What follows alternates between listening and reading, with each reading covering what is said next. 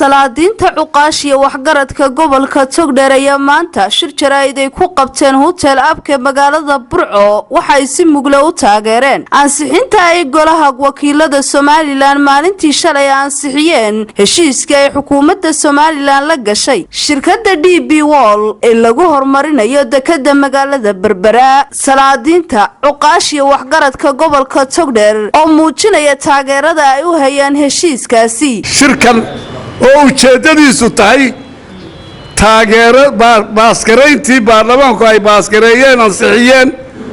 shalay bisha 9 bishii 8 2016 dekedda oo in badan ila ruuxaysa hadalkeeduna jiray in badan la soconaysay runtii waxaan u maleynayaa hawsha inay naga soo dhaweeyeen ansixiyana waynu ku taageersan lahay mawcudka halkan loo yimi oo ah taageerada go'aankii shalay baarlamaanku ay baaskareeyeen ee ku saabsanaa shirkadda DP World iyo dawladda Somaliland aad baan u soo dhaweynaynaa waxaanaanu ku soo dhaweynaynaa si farxad iyo niyad sami leh eersan lahay baarlamaanka Somaliland dekedda markii uu ansixiyay ogolaanshihii ay dawladda iyo isla qaateen dawladda Imaaraadka shirkadda la yiraahdo DP Oil sidaa ayaanu kalsooni siinayna halkan shay baarlamaanka tii uu baaskareeyay ee golaha wasiirada ay baaskareeyeen ee dekedda waanu raacsanahay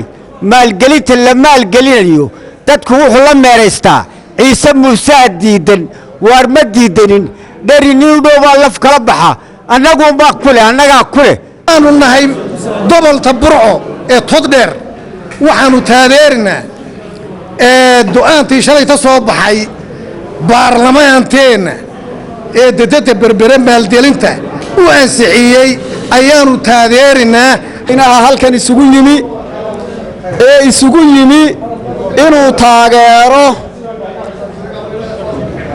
qaraarkii uu ku ansixiyay baarlamaanku maalgashiga dekeddeena dekeddiina deked qaran noqonayso awal waxa la lahaa reeraha haysta maanta deked qaran bay noqonaysaa dadku waa wada shaqo tagaya waxaanu taageersanahay ansixinta baarlamaanku ansixiyay dekeddii Berbera go'aankii ay dawladda Somaliland la soo qaadatay dawladda Imaaraadka ama shirkadaha Imaaraadka shirkan jaraa'id maanta Burco u dhan tahay haddaanu nahay gobolka Togdheer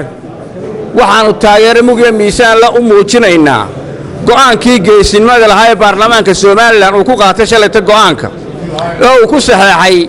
heshiiskii la galay shirkadda DP World ee ay la gashay xukuumadda Somaliland